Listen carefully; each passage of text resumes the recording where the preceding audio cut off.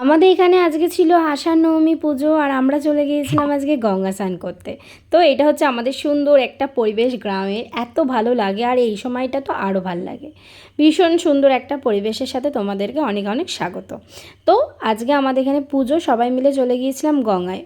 সবাই যায়, পুরো গ্রাম আমাদের এখানে স্নান করতে যায়। তো এখান থেকে দিয়ে আমরা পুরো ভিজে গা নিয়ে ঠাকুরের কাছে গিয়ে আর কি জল যখন ঢালবো তার আগে ঘটিগুলো রেখে আসলাম। এসে ফ্রেশ হয়ে তারপরে এই লুচি, আমাদের উপোস তো, যে পুজোতে আবার জল ঢালবো তারপর খাবো, তার জন্য লুচি আমি যে যা করার করে নিয়ে তারপরে গেছি। আর এর মধ্যে আমি একটু আলতা পরে নিচ্ছিলাম, আর আলতা না পরলে পাটা তো পুরো খালি খালি লাগবে। আর এর থেকেও বড় কথা হচ্ছে আলতা পরি আর নাই পরি, কিন্তু হ্যাঁ, ঠাকুরের কাছে যাচ্ছি, আলতা তো অবশ্যই পরবো। আর আমি আলতা পরতে বেশ ভালোবাসি। তো যাই হোক, এই যে এখানে এত কাদাগুলো দেখছো তো, কি বলবো, আর রাস্তা হয়নি এখানে, এত বিচ্ছিরি কাদা কি বলা যাবে। ওর জন্য তোমাদের সাথে শেয়ার করছি। দেখো দেখো দেখো, আমাদের পাগুলো পুরো মাটিতে গেঁথে গেছে, মানে এত অসহ্যি লাগছে কি বলবো।